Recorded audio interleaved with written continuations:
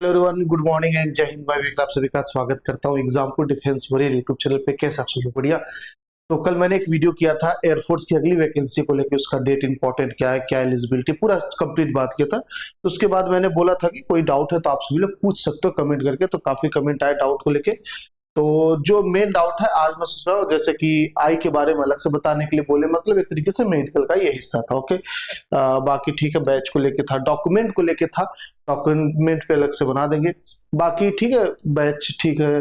और air force medical medical के लिए था ये भी। तो मैंने इस कमेंट को देख के, यानी कुमरित तान्या, ठीक है, मेडिकल, क्योंकि इनका काफी पहले कमेंट आ गया था। तो ये वीडियो बेसिकली डेडिकेटेड है मेडिकल को लेकर। ओके, यानी कि आपकी जो एयरफोर्स को लेके मेडिकल क्या होने वाले, इसको लेके ये वीडियो हम लोग बात करने जा रहे हैं। फेज टू जो बच्चे अभी 01/2026 दिए हैं, जिनका फेज टू का वेट कर रहे हैं, उनके भी लिए इंपॉर्टेंट है। और जो अगली वैकेंसी का फॉर्म भरेंगे उनके लिए भी इंपॉर्टेंट है, ताकि आप देख पाओ फिट हो कि अनफिट। ठीक है, बात करेंगे सबसे पहले मेडिकल कब होता है। तो देखो, फेज टू, फेज वन पहले आप रिटर्न निकाल लेते हो, उसके बाद फेज टू के लिए बुलाया जाता है। फेज टू में सबसे पहले आपका डॉक्यूमेंट, बेसिक एडमिट कार्ड वगैरह सब देख लेते हैं। फिर उसके बाद आपको फिजिकल देना होगा, मतलब दौड़ वगैरह करवाते हैं। फिर उसके बाद आपका जीडी और एसआरटी वाला पोर्सन, फिर आपका मेडिकल शाम को होता है। ठीक है, तो फिजिकल में आपको क्या क्या चीजें करना, फिजिकल फिटनेस टेस्ट, जिसको पीएफटी बोलते हैं आप लोग। 1600 मीटर दौड़ना सबको, मेल और फीमेल कैंडिडेट सबको। ठीक है, आगे बात करेंगे, मतलब टाइम अलग अलग है। यहाँ पे देखेंगे 10 पुशअप करना 1 मिनट में मेल कैंडिडेट को, 10 सीटअप करना है 1 मिनट में मेल कैंडिडेट को, 20 स्क्वाट उठक बैठक करना मेल कैंडिडेट को 1 मिनट में। लड़कियों को सिर्फ 2 ही एक्टिविटी करनी है, 10 सीटअप करना और 15 स्क्वाट करना। ठीक है, ये आपका मतलब ये आपको इतने टाइम में कंप्लीट हो जाना चाहिए क्वालिफाई का। तो मैं इस पे अलग से डेडिकेटेड वीडियो कर दूंगा, इस पे मैं टाइम नहीं देना चाह रहा। अब हम बात करते हैं मेडिकल में। तो मेडिकल में मेन जो रीजन होता है चेक करने का, जो मतलब ऊपर ऊपर आपको 100% होगा ही होगा, वो होता है आपका हेल्थ, वेट, चेस्ट। ये तो होना है। और इसके बिहाफ पे आपको अनफिट या फिर डिस्क्वालीफाई भी किया जाता है। आपकी हाइट उतनी है कि नहीं, आपका वेट उतना है कि नहीं, और चेस्ट उतना है कि नहीं। मैं सब पे बात करूंगा, वेट वगैरह पे। हेल्थ टेस्ट होता है, मतलब आपका ब्लड, यूरिन, ये सारी चीजें चेक होती है। फिजिकल टेस्ट यानी आपका बॉडी का अपीयरेंस, जिसको नॉक नी, कैरिंग एंगल बोलते हैं, हम सभी लोग स्विफ्ट पाम बोलते हैं ना। प्राइवेट पार्ट टेस्ट, ये आपका मेजर होते हैं, जिनको आपको ख्याल रखना है, जिनके लिए आपको तैयार रहना। ठीक है, हाइट की सबसे पहले बात करेंगे तो यहाँ पे मेल कैंडिडेट की जो हाइट है 152, और फीमेल की भी 152 ही रखी गई, यानी कि महिला पुरुष दोनों के लिए 152 सेंटीमीटर होना जरूरी है। और साथ ही साथ जो north east hilly region Uttarakhand से बिलोंग करते हैं, उनका 147 है। और जो बच्चे लक्षद्वीप वगैरह से बिलोंग करते हैं, 150 सेंटीमीटर है। ये आपका हाइट और रिलैक्सेशन है आपके रीजन के अकॉर्डिंग। ठीक है, ये हो गया हाइट। इसके बाद बात आती है आप लोगों के वेट की, यानी कि आपका वजन कितना होना चाहिए। तो यहाँ पे मैंने चार्ट बना दिया, आप सभी लोग देख सकते हो। आपका उम्र क्या है, 18 से 22 के बीच में। सर उम्र हम अभी का देखें कि जब हमारा चेक होगा तब?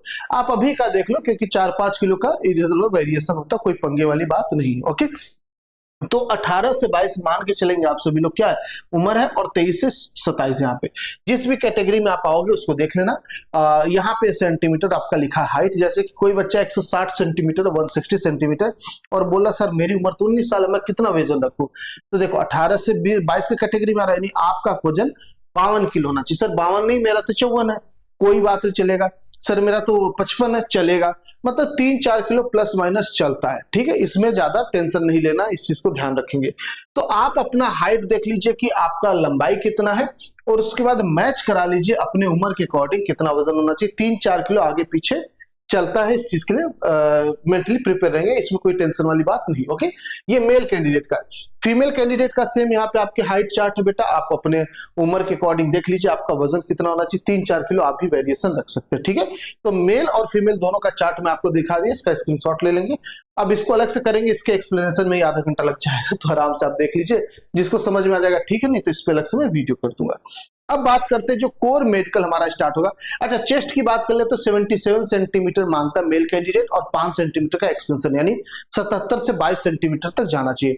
और फीमेल कैंडिडेट का 5 सेंटीमीटर एक्सपेंशन मांगता है। ठीक है, तो ये है आपका चेस्ट का। आगे बात करेंगे हम सभी लोग ईसीजी। ईसीजी बेसिकली आपके हार्ट रेट वगैरह को चेक करता है। बहुत सारे बच्चे ईसीजी में आउट हो जाते हैं, बीपी में आउट हो जाते हैं, अनफिट मिल जाता है। आउट तो नहीं बोलेंगे, अनफिट कर दिया जाता है। अनफिट भी नहीं बोलेंगे, रीमेडिकल दे दिया जाता है। री मेडिकल क्यों दे दिया जाता है? जब बच्चे बाहर कराते ईसीजी रिकॉर्डिंग बहुत बढ़िया आता है, बीपी बहुत बढ़िया आता है, जब अंदर जाते तो अलग आ जाता है। देखो ये आपके नर्व्स को करंट सिचुएशन में आपके नर्व्स को ट्रैक करता है। ये कोई आपका प्रीवियस रिकॉर्ड नहीं देखता कि आप पहले कितना फिट हुआ करते थे, आप इस वक्त कितने फिट हो मेंटली, आपके फिजिकली, मतलब अंदर से आपका हार्ट बीट वगैरह कैसा है। तो बच्चे जब घबराने लगते हैं कि मेरा सिलेक्शन होगा कि नहीं होगा, और हो ही गया, मजा आ गया, तो मतलब इतना जब ओवर ऑब्जर्वेशन करने लगते हैं, ओवर थिंकिंग करने लगते हैं, उसमें ये रिकॉर्डिंग एक जो आपका डाटा ये खराब दे देता है, गलत दे देता है आपके ओरिजिनल हेल्थ के अकॉर्डिंग, ठीक है, मतलब उसके मुकाबले।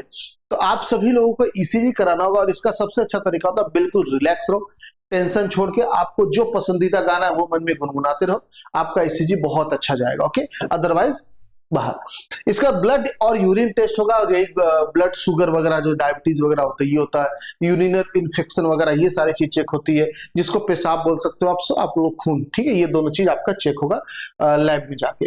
इसके बाद बीपी का सेम है, ब्लड प्रेशर है, अगर आप बहुत ऑब्जर्वेशन और ऑब्जर्वेशन कर लिए, पसीना छूटने लगा, डर लगने लगा, गया बीपी गड़बड़ हो जाएगा, ठीक है, फिर आपको री मेडिकल दे दिया जाएगा, जो कि कोई वैल्यू नहीं बनता, कोई मतलब नहीं बनता उस चीज को लेने का जब आप फिट हो ऑलरेडी, तो ठीक है। इसके बाद देखोगे आप सभी लोग एक्सरे वगैरह आपका होगा, एक्सरे वगैरह बेसिकली फ्रैक्चर, बॉडी बोन्स वगैरह, और ज्यादातर चेस्ट वगैरह का ही जो मेजर पार्ट है उन्हीं का कर लिया जाता है, ऐसा नहीं फुल बॉडी एक्सरे आपका करवाया जा रहा बैठ के, ऐसा कुछ भी नहीं, ठीक है। तो आप लोग का वही फ्रैक्चर वगैरह देखते हैं, बेसिकली बोन्स वगैरह का अलाइनमेंट वगैरह देखते हैं कि कहीं टेढ़ा वड़ा हड्डी उड्डी तो नहीं इंटरनल पार्ट में, ठीक है, ये आपका है। आगे देखेंगे आई का बहुत इंपॉर्टेंट है। देखो आई जो है आपकी आंख की रोशनी, ये बेसिकली चेक होती है आपकी किसकी, ये आपकी चेक होती है दो कैटेगरी में, एक तो आई विजन, यानी आपकी रोशनी कितनी कम है कितनी तेज है, और दूसरा कलर ब्लाइंडनेस, ठीक है, कलर ब्लाइंडनेस यानी आप रंगीन चीजों को पढ़ पा रहे हो या डिफ्रेंशिएट कर पा रहे हो कि नहीं कर पा रहे हो। तो कलर ब्लाइंडनेस को चेक करने का ये तरीका होता है, ऐसा चार्ट आपके सामने रख देंगे, फोटो पेपर के फॉर्म में रहेगा या डिजिटल स्क्रीन लगा देंगे, और आपको इसमें पढ़ना होगा कौन कौन सा लेटर। अगर आप पढ़ लेते हो सही सलामत तो बिल्कुल, एक आध अगर गलत भी जाता कोई बात नहीं, मैक्सिमम पढ़ लो, ठीक है। वो डिफरेंट डिफरेंट कलर, तो कोई ब्लू रहेगा, कोई ग्रीन वगैरह मिक्स रहेगा, रेड रहेगा ना, तो ये होता है कैटेगरी। आप खुद ही पढ़ के बता देना इसमें क्या क्या लिखा है, सबको पढ़ने में आ रहा है, कोई दिक्कत नहीं आ रही, एक आध गलत होता कोई बात नहीं। फिर आता है आपका eye vision test, snail chart से चेक होता है, इसको स्नेल चार्ट बोलते हैं। ये बेसिकली आपके विजन को चेक करता है कि आपका विजन क्या है, 6/6 है, 6/9 है, 6/12 भी होता है। अच्छा सर हम चश्मा लगाएं, क्या हम जा सकते? बिल्कुल जा सकते, कोई प्रॉब्लम नहीं, चश्मे वाले बच्चे एलिजिबल होते हैं, बट प्रॉब्लम ये आती है जो चश्मा हटवाने के लिए लेजर सर्जरी करवा लेते हैं वो एलिजिबल नहीं है।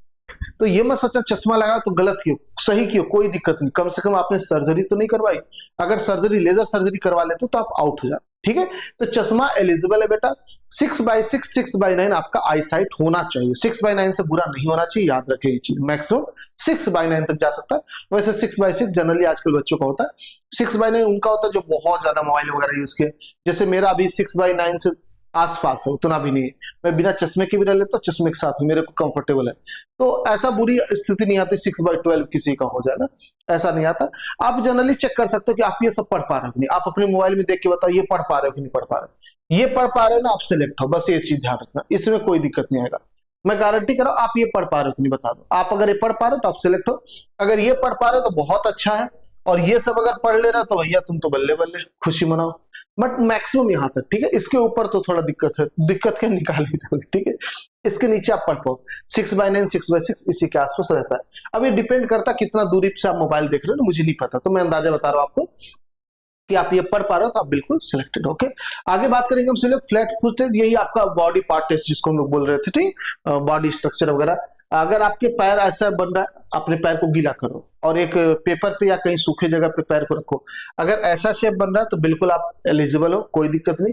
ऐसा बन रहा है बीच से कट रहा है तो दिक्कत है, और अगर ऐसा बन रहा है तो बहुत दिक्कत है, ठीक है। इसमें फिर भी बच्चे थोड़ा बहुत काम चला लेते हैं ऐसे दबा के ना, तो यहाँ चल जाता है, लेकिन यहाँ बहुत दिक्कत है ना। इसको सही करने का वही तरीका, अपने पैर को कॉर्नर वगैरह थोड़ा मारते रहो ताकि थोड़ा सा टेढ़ा हो जाए, और कुछ नहीं, मतलब नीचे से पैर टेढ़ा मत करना, नीचे से जो आपका है ना वो। आगे बात करेंगे कैरिंग एंगल, वही हाथ का है, आप जब हाथ सीधा करते हो तो कुछ लोग सोचते हैं एकदम सीधा हो जाए, एकदम सीधा नहीं होना चाहिए, थोड़ा सा एंगल पे रहना चाहिए। ओके, चेक करने का तरीका इस हड्डी से इस हड्डी तक, मतलब यहाँ तक एक स्ट्रेट कोई लकड़ी जोड़ दीजिए, बांध दीजिए इस पे अच्छे से स्ट्रांगली बांधना, तो देखोगे ये लकड़ी आपकी इधर जाएगी, आपका हाथ ये आपको लगेगा टेढ़ा, लेकिन ये सीधा होता है, ठीक है।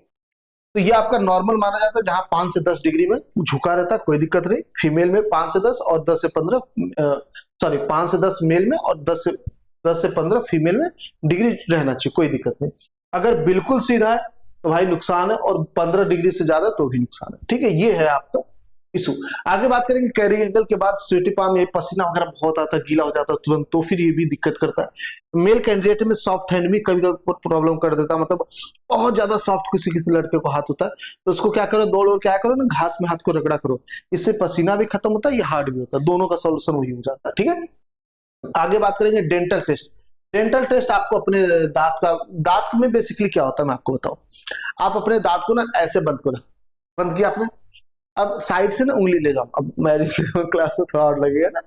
आप देखो लास्ट वाले तीनों दांत मैच कर रखे, लास्ट वाले, और इधर के भी तीनों मैच कर रखे। हाँ सर कर रहे, सिलेक्ट हो, बस 2-2 पॉइंट लेके रखा है वो तो बेसिकली 12 पॉइंट सीधे सीधे वही दे देता है, उतने वही काम हो जाता है।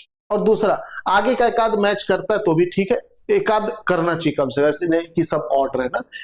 प्रॉब्लम क्या थी, गम, यानी आपके मसूड़े क्या, कोई बहुत ज्यादा कालापन वगैरह तो नहीं ना, कोई सड़ा वड़ा तो नहीं ना, मतलब कोई दिक्कत नहीं ना ये। और एक बीमारी आती है, आप लोग नाम सुने होंगे, नहीं थोड़ा सा भूल रहा हूँ, किसी किसी का दांत आगे रहता है, जैसे मेरा भी था बचपन में थोड़ा सा, तो जब हम इसका दांत आगे होता है, जब वो मुंह प्रॉपरली बंद करता है तो उसका ना नीचे वाला दांत जो था वो इस दांत के मसूड़े पे लगता है। अगर ये ज्यादा लगता है, यानी सीधे मसूड़े पे ही बार बार लगता है, तो भी एक रीजन होता है रिजेक्ट होने का। एक बच्चे का हुआ तो उसने मुझे बताया था कि उसका दांत बाहर था, तो कोई दिक्कत नहीं, थोड़ा बहुत चलता है, ऐसा नहीं कि बहुत दिक्कत है, लेकिन उसका जो अंदर वाला दांत था वो भी अंदर की तरफ थोड़ा टेढ़ा था, तो वो ना सीधे मसूड़े पे लगता था उसके। तो जब वो गम चेक किया ना, मतलब मसूड़ चेक किया, तो उनको लगा कि यहाँ पे चोट लगी बार बार, दांत टाइप का पड़ गया था, तो देखे तो दांत ही से लगा, तो वो एक रिजेक्शन का कारण बन जाता है, वो भी देख लेना आप सभी लोग। बाकी कोई दिक्कत नहीं, दांत वगैरह ये जो येलोइश वगैरह है सब साफ करवा लेना, क्लीन, और कुछ भी। ओके, आगे देखेंगे हम सभी लोग। नेक्स्ट, मेडिकल जाने से पहले अपने कान को साफ करा लेना, ठीक है। कान को साफ करा लेना बाबू। लड़कियों तो शेविंग वगैरह कर लेना, ठीक है, दाढ़ी मूछ बढ़ा के नहीं जाना, पहले बता दो। जो आपके यहाँ पे हेयर वगैरह होते हैं, बाल वगैरह, ये सब साफ करके जाना। जितने भी आपके बॉडी पे एक्स्ट्रा हेयर पार्ट है सबको रिमूव कर देना, याद रखेंगे चीज, ये हाइजीनिक का बहुत बड़ा पार्ट होता है, जिसके कारण आपको रीमेडिकल मिल सकता है, तो ध्यान रखेंगे। कान वगैरह, वैक्स वगैरह, जितना भी इसके अंदर गंदगी, सबको साफ करवा लें, चाहे डॉक्टर से करवा लो, खुद से, डॉक्टर नहीं होते दूसरे साफ करने वाले, खुद ही से कर सकते, कोई ऐसी बात नहीं। नाक वगैरह में अगर बाल वगैरह ये सब साफ करवा लेना, शेविंग अच्छे से कर लेना, ठीक है, ये सारी चीजें होनी चाहिए, वरना ये भी रिजेक्शन का कारण बनता है। ईयर टेस्ट आपका कान का टेस्ट होता है। कान का टेस्ट बेसिकली आपका एक तो वही सफाई वाला देख लेते हैं, सफाई है मतलब अंदर तक व्हाइट पार्ट दिख रहा है कि नहीं, कान के अंदर ना दिखता है, जब आप देखोगे थोड़ा धुलधुला सा व्हाइट दिखेगा एकदम नीचे, वही पर्दा होता है, वो साफ उनको विजिबल होना चाहिए। नेकेड आई से देख सकते हो, जरूरी नहीं आप मशीन लगाओ, ये मशीन लगा के देख रहे, जरूरी नहीं, आप खुद से भी देख सकते हो। और दूसरा स्टेप होता है, फिर इसके बाद हियरिंग पावर चेक करते हैं। हियरिंग पावर के लिए क्या करते हैं, एक कान पे आपका ना वो रखेंगे, पहले तो सिंपल आपके सामने वहां से बोलेंगे, एकदम धीरे धीरे आपको सुन के बताना होगा। फिर दूसरा करते, एक कान पे रखेंगे पेपर और ऐसे रब करेंगे, हाँ तुम भी रब करना, भी देखना, और इधर से कोई बोलेगा आपको सुनना होगा। तो आप नॉइस में कैसे सुन पा रहे हो, जो मेन पॉइंट है उसको चेक किया जाता है, तो ईयर टेस्ट का एक पार्ट होता है, तो ये 2-3 चीजें ईयर में चेक हो जाती है, ठीक है। आगे देखेंगे नॉकनी, वही पैर का आपका है। जब आप सीधे खड़े होते हैं, सीधे खड़े का मतलब बहुत लोग गलत तरीके से नॉकनी चेक करते हैं, क्योंकि सभी बच्चे नॉकनी का एक प्रॉब्लम, मैं सच बताऊं। कैसे चेक करते हो, वो क्या करते हैं, नीचे वाले पैर को चिपका लेते हैं, आप भी नीचे वाले पैर को चिपकाओ, तो ये आपका जो घुटना यहाँ पे ना थोड़ा सा चिपकेगा ही चिपकेगा। अब उनको लगता है सर मेरा तो चिपक रहा है, मैं तो बाहर हो गया, नहीं, आपको उसको नहीं चिपकाना है, आपको थोड़े गैप में रखना, हल्का सा, मतलब अपने कमर वाली हड्डी के साथ एकदम सीधे में रखना एक तरीके से। अब देखो मैच करना कि नहीं करेगा, तो आप फिट हो। बहुत रेयर लोग होते हैं, ऐसा नहीं सबको प्रॉब्लम होता है, और अगर एकदम चिपकाई के देखोगे तो सबको प्रॉब्लम दिखेगा। तो प्रॉब्लम क्या है, जब आप इसको चिपकाओ, ठीक है, इसको चिपकाना जरा अपनी हड्डी को, इसको घुटने को चिपकाने के बाद क्या इसके बीच में गैप बच रहा, नहीं बचेगा। चेक करने का तरीका बता रहा हूं, जब घुटने को चिपकाओगे तो इसके बीच में गैप नहीं बचेगा, अगर गैप बच गया तो आउट हो। आप अपने नीचे वाले पैर को चिपका दो, अगर इसके बीच में इतना गैप है तो ये भी आउट है। जो आप सोच रहे हो ना कि ये तो नॉकनी का प्रॉब्लम है, अगर मेरा चिपक रहा है, ऐसे करने पे नहीं चिपकना चाहिए, ठीक है, ये रहा, मतलब ऐसे करने पे तो बिल्कुल दूर ही हो जा रहा है, ये अनफिट है, ये आपका नॉर्मल है, ठीक है, ये एक्सेप्टेबल है। इसको एक बार चेक कर लेना, गलत तरीके से मत चेक करना, पहले बता दूं, आपके नीचे वाले पैर के बीच में थोड़ा सा गैप रहना चाहिए, फिर आपका ये नॉक नहीं, मतलब ये नॉक नहीं करना चाहिए। आगे देखेंगे नेक्स्ट आपका प्राइवेट पार्ट है, जिसके अंदर हाइड्रोसिल, विसोसिल, पाइल्स वगैरह ये सारी चीजें चेक हो जाती है। ओके, बस यही, और कुछ इसमें उतना होता नहीं। तो बाकी हाँ और चीजें चेक होती है, जैसे कि आपका कंधा वगैरह भी चेक होता है। मतलब कंधा नहीं था, एक बच्चे का था कंधा ये वाला बहुत काफी ऊंचे था, और बचपन में उसको एक्सीडेंट हो गया था, पेड़ से गिर गया था, लखानी खेलते हुए, लखानी का कोई खेल होता पता नहीं, तो ये वाला ना पार्ट उसका ज्यादा ऊंचा था, ये वाला डाउन था, तो उसकी वजह से भी रिजेक्ट हो गया। चेस्ट वगैरह का भी, पिजन चेस्ट वगैरह, मतलब किसी किसी का चेस्ट एक निकला रहता है, एक लगा बाहर रहता है, या कुछ ऐसा था, किसी किसी लड़के का बिल्कुल अंदर ही धंसा रहता है। भले चेस्ट का साइज आपका 82 हो जाए, कोई दिक्कत नहीं, बट उसके बाद भी आपका चेक होता है ना। तो ये सारी चीजें जो ओवर आपको ऐसे जब वो टच करेंगे ना, ऐसे एक बार ऐसे उसी पता कर लेंगे हाँ क्या क्या दिक्कत है। तो वो सब चीजें भी थोड़ी बहुत होती है। जैसे उंगली हो गया, 6 फिंगर किसी के पास है, तो 6 फिंगर किस लेवल पे, अगर छोटी सी निकली कोई दिक्कत नहीं। अगर आपको लगता नहीं ग्लव्स पहनने में मुझे दिक्कत होता है 6 फिंगर की वजह से, ग्लव्स 5 फिंगर वाले नहीं पहन सकता मैं, सभी नॉर्मल, तो आप आउट हो, सीधी सी बात है। चाहे पैर में अगर आपको शूज पहनने में दिक्कत है, सॉक्स पहनने में दिक्कत है, तो बिल्कुल आप आउट हो। सॉक्स कभी भी आपको चेक करना, पैर में 6 उंगली चेक करना, आप आउट हो कि इन हो। तो आप वो वाला सॉक्स पहना करो जो नहीं है, तो उंगलियों वाला एक आता है, या फीमेल वाला एक जो 2 पार्ट में होता है, उसको चेक करना आप उसमें फिट हो रहे हो कि नहीं, तो आप एकदम फिट हो। ठीक है, तो ये भी ये चेक होता है। ये सारी चीजें होती है बेसिक। तो मेरे हिसाब से आप समझ गए होंगे कि क्या क्या चीजें इसके अंदर चेक होंगी, आप सब लोग देख लेना। और जो भी बच्चे अगली वैकेंसी की तैयारी करना चाह रहे हैं, यानी एयरफोर्स की, जो कि 02/2026 के लिए, और इसका एग्जाम बिल्कुल अक्टूबर में आपको पता, और सितंबर में आपका एनडीए का एग्जाम, मतलब दोनों एग्जाम लगे हुए हैं। आप सब लोग मिशन वर्दी बैच ले सकते हो बाबू, एग्जामपुर ऑफिशियल ऐप पे जाके, जो कि आपको सिर्फ और सिर्फ एयरफोर्स का बैच 99 रुपीज में मिलेगा, एनडीए का लोगे वो भी 99 में मिलेगा, आईसीजी का भी 99 में मिलेगा। अगर आप पूरा मिशन वर्दी बैच लेते हैं जिसके अंदर एनडीए, एयरफोर्स, आईसीजी सभी है, तो ये 199 के अंदर आपको पूरा बैच कंप्लीट मिल जाएगा। बैच का लिंक आपको डिस्क्रिप्शन मिल जाएगा। मान लीजिए वहां भी नहीं मिलता, तो आप इस नंबर पे कॉल या इस नंबर पे व्हाट्सएप भी कर सकते हैं। ठीक है, ये देख लेंगे आप सब लोग, ये आपका कॉलिंग नंबर है और व्हाट्सएप नंबर। मैं यहाँ पे एक सेकंड इस पट्टी को हटा देता हूं ताकि आपको विजिबल हो। हाँ, ये देख लें, ये आपका कॉलिंग नंबर या व्हाट्सएप नंबर। व्हाट्सएप करके छोड़ देना, आपको कॉल आ जाएगा, क्योंकि टीम कब फ्री है कब नहीं है, तो थोड़ा सा आपको टाइम लग सकता है रिप्लाई देने में। अदरवाइज आप एग्जामपुर ऑफिशियल ऐप डाउनलोड करो, वहां पे बैच आपको दिख जाएगा डायरेक्टली। ओके, क्लासेस हमारी ऑलरेडी चल रही है, तो आप सब लोग जल्दी से जल्दी जुड़ जाएंगे मिशन वर्दी बैच में। एयरफोर्स की सिर्फ 99 रुपीज में आराम से घर पर बैठे तैयारी करो अच्छे से। मिलते हैं, जय हिंद जय भारत, थैंक यू। कोई और डाउट होगा, कोई और इन्फॉर्मेशन लेना होगा, तो जरूर कमेंट करके बता देना, जरूर इस पे वीडियो आ जाएगा कल तक। ठीक है, आप लोग डाउट पूछो, मैं आपको वीडियो दे दूंगा तुरंत। जय हिंद जय भारत।